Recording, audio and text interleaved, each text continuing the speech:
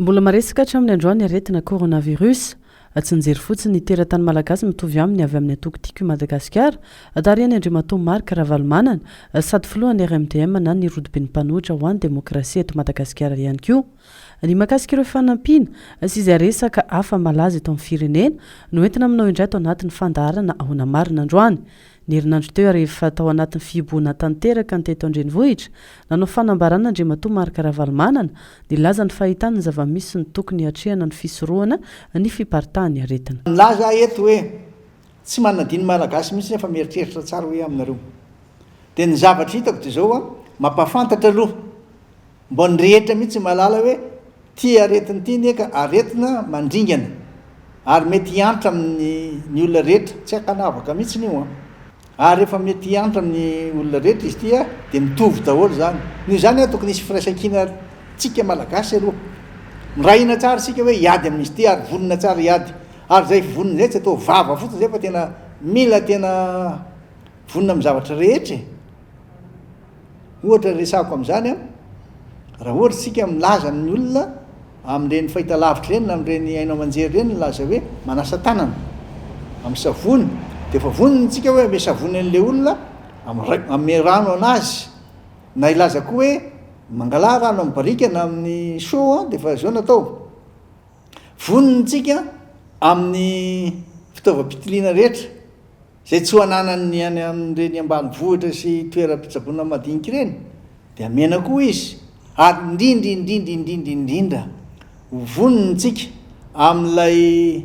fiarovatenan'ireo ilay mpitsabo. Nanolotra sosikevitra ho an'ny mpitondra fanjakana ihany koa ny tenany hanampina ny rehetra voakasika izany orinasa Afakab izay atahorana ny anidy varavarana noho ny fianaky ny aretina.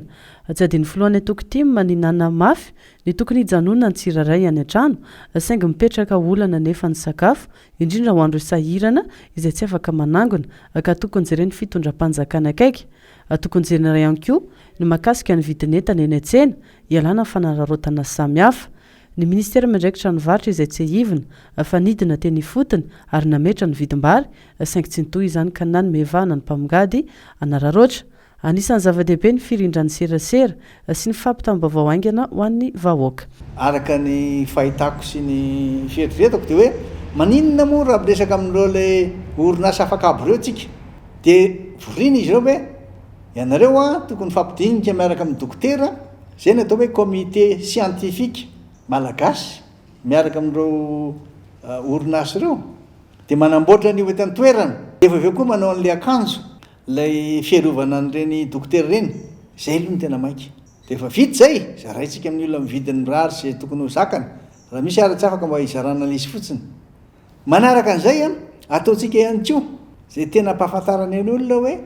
isika rehefa voa mahatsapa an'izay hoe misy tsy fetezany kely amin'ny toe-pahasalamana tokony mitoka-monina na hoe karantena filazana azy satria zany zao mandeha le resaka hoe tokony hidy aman-trano daholo tsika mijanona any an-trano raha tsy misy antony maika. Ka raha le olona tena sahirana maro nisy eto Madagasikara ny aniko hoan'ny androany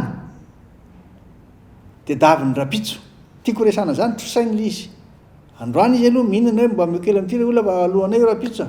ka ny efatra zany revoaka malagasy dia zao sy ny mpitondro tokony tsy anavahana n'izy izy ty fampisevantsika amin'ny firaisankina dia miresaka sy mifampidinika azay mieritreritra isika fa hoe hitady toerana izy ireny na tsy zay ny hevitra fa kosa mitondra n'izay famezam-pahasoavana ananany ny fahaizany ny fahalalana dia mivory dia mandinika ao ty tompony andraikitra amin'ity izy tompony andraikitra amin'ity tsy ilaina betsaka koa fa ireo daholo milaza ireo mampita mivoaka isan'andro mba tsy hahatonga n'ilay hevitra mifanipaka indraindray fitenenana sy fampitana azy amin'ny vahoaka satria zay ny tsapako afa ny tenen'ny anankiray adiny telo afa indray ny tenen'le anankiray fa hoy hoe tsika malagasy rehetra afaka miady amin'ity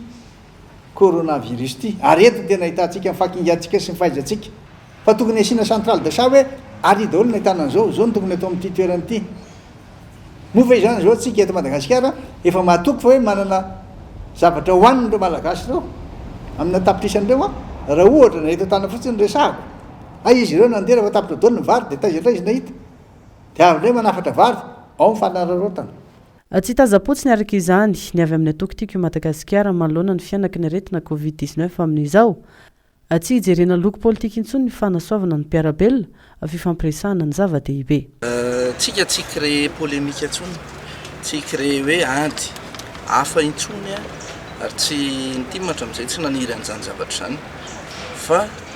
misy kosa fandaminana tokony atao amin'izao zany tena tokony hoe iseo concentré tsika rehetrarehetra mihitsy ahoana ny fomba atao iadivana amin'ty aretina coronavirus ty nanao antsoa foana zahay parti team andao ifampiresaka inona no azo atao ajanono mihitsy aloha zay resaka ampo politika sy rehetrarehetra any zay mety resaka tsy fitovikevitra satria malagasy ray Madagasikara ray miady amin'ny aretina coronavirus zay le hoe ilaina mifampiresaka inona fandaminana atao inona ny zavatra ho ataotsika raha tena iara-iasy tsika raha tena iara-iady amin'le aretina ny olana nay dia zao asaina manao zavatra le olona nefa n'le zavatra atao mety hiteraka olana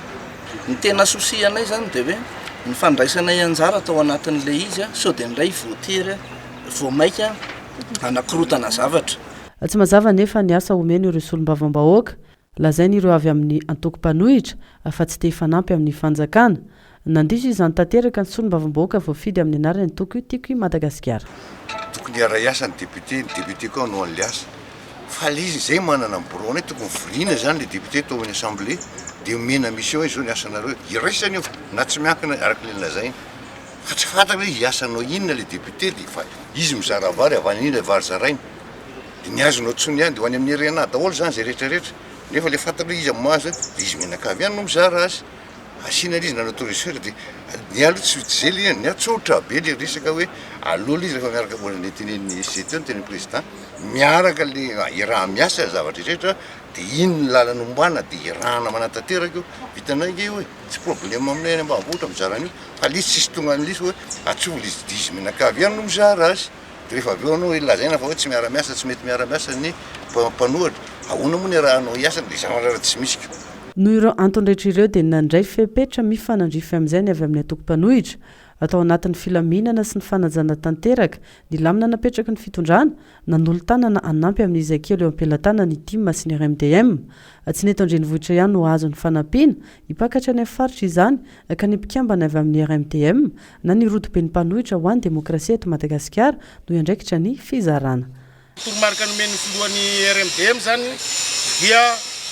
hiparitaka manerana ny Madagasikara ny membre ny RMDM tsirairay zay tarin'ireo vice-président isaky ny faritany hizara sy ampianatra ny vahoaka malagasy amin'ny fanadiovany ny tanana fanasan-tanana amin'ity fiarovana amin'ity aretina zay manjo sy mahazo n'ity firenetsika ity zany hoe tsy mitazapotsiny ny RMDM sy ny volohany fa mijery zay mahasoa ny vahoaka malagasy marina fa mety tsy ho ampy isan'ny tokantrano kanefa kosa hijerentsika ny fomba rehetra zay hoentitsika miady amin'ity aretina ity marina moa fa tsy ny eto Antananarivo ihany no ahitana ny trankana covid-19 any amin'ny faritra ihany koa efa ahitana olona marary ka tokony jereny fanjakana manokana ny fanajana ny fahadiovana sy ny fampitaovana ny hôpitaly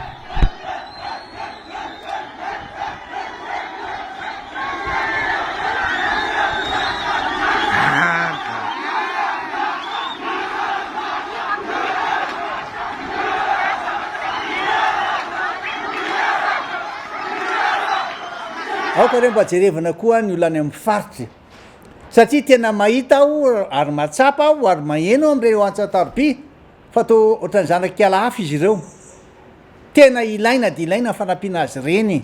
ka dia zay mahatonga anay hoe amin'ity ndray mandeha ty dia hoatokana akany amin'ny faritra daholo lay bidon le mitovy loko amin'ny anareo ihany le bidon jaune reo bidon orange reo dia aleva daholo reo faritra dimy misy eto Madagasikara na enina ho anaparitana izy ireo koa efa nasehoako tamin'le farany teo le fanaovana azy dia nasiana ihany keo reto le geliny reto mba aparitana ho anazy mba edivany azy ihany fa hatramin'izao mbola tsy mahita tsisy afa-tsy ny fiarovana ny aigny aloha dia mifamezana fitaovana dia mifampianarana azy anasa tanana tsara zava-dehibe tokoa ny fampitaovana ny tsirairay mba hifehezana ny tsy hiparitahany aretina covid-19 sainginy zava-misy anefa mitaraina ny olona fa misy ireo faritra tsy mazarano eto andrenivohitra sy ny manodidina ary lazaina fa ny fanasana tanana matetika amin'ny savony no anisany vahaolana iray adina amin'ny fiparitahan'ny aretina. Misy ihany koa ireo nanao antsoavy tamin'ny tompon'andraikitra noho ny fiparitahan'ny fako ka mety hampisy aretina hafa indray. Nataoko aloha zany a zay ahafahana hoe am'izay fomba tsotra ananantsika eto dia naka an'ireo daba ireo bidon reto an'reto dia asehonareo tsara hoe ohatran'ny inona natao manasa tanana amin'ny savony tsy rano betsaka fa rano kely ihany dia fa fantatra fa tokony misy isaky ny fokotany tokony misy isaky ny tokantrano raha misy azo atao dia io zany mba atao antso ataoko hoe tokony mba tsy dia andohan'le vidin-drano rareo a fa zay nampimenimenina azy efa nanao andrany zay zao hoe nomena ny fokotany le izy dia izy ny fokotany hoe ariary zato a ny vidin'ilay matsaka dia 50 a ny vidin'ny rano isaky niny bidon 20 litre iny dia olana be anazy le izy dia rehefa tsisy ara lay bidon dia azo ampiasaina indray reto zany zao novidiny reto dia azo atao a manasany amin'ny tanana fa mifiarovana an'le olona aloha dia zay nanavona hoe mahinona raha mihoana aloha miaraka amin'ny andro dia maka an'ity masika ity zao ndray a faran'izay zavatra tsotra indrindra ity lemana aloha dia asiana savony a dia kosehana mba tsy andano be a dia kosehana tsara daholo a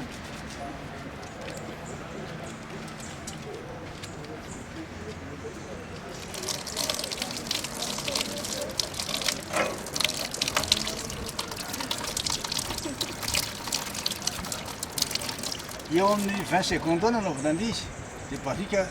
dava tsara zao nao anazy zay vita.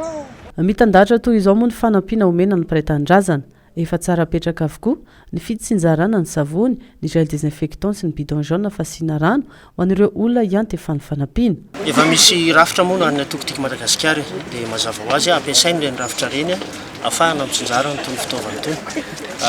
fitaovana izay natao indrindra amin'ilay fandraisany sombavam-bahoaka sy natokotiko Madagasikara tany amin'izao vonona miatra amin'ny firenena. Mazava ho azy misy rafitra eny toy ny comtim sy ny foktim dia iaraha miasa reny mba ahafahana manaparitaka ny fitaovana. Tokony ara-pameana ho an'ny fanjakana malagasy ny fijerena paikady matipaika iadina amin'ny Covid-19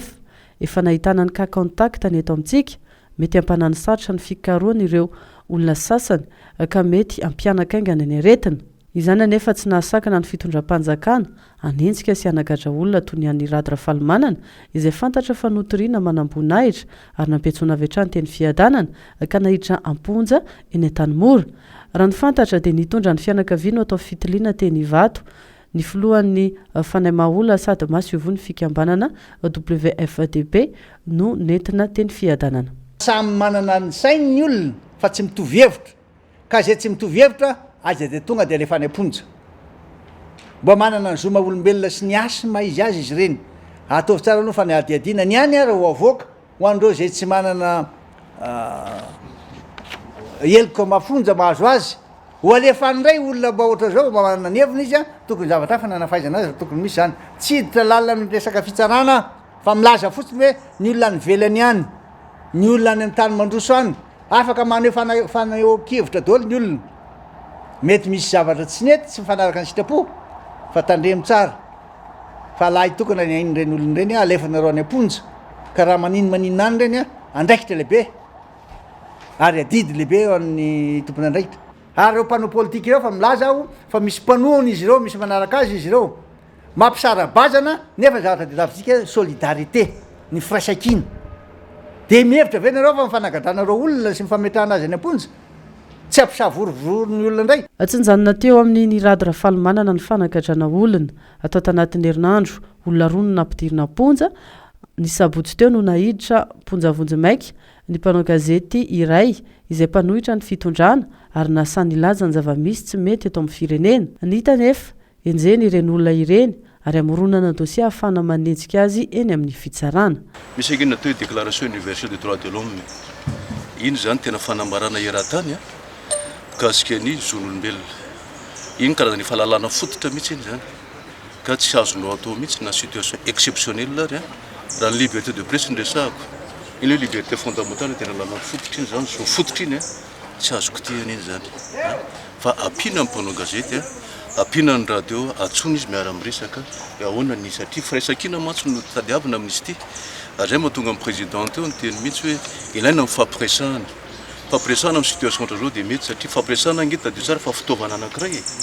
isiny zay firaisankiny zay fiaraha-mientan'izay zay no everiko an'le resaresaka oka tsy tafiditra anatina